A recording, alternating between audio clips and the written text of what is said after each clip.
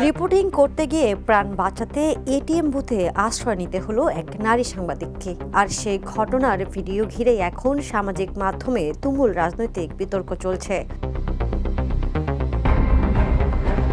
ভারতের দিল্লির যন্তর মন্তরে চলো সংসদ আন্দোলনের সময় লাইভ করছিলেন সাংবাদিক জ্যোতি মিশ্র।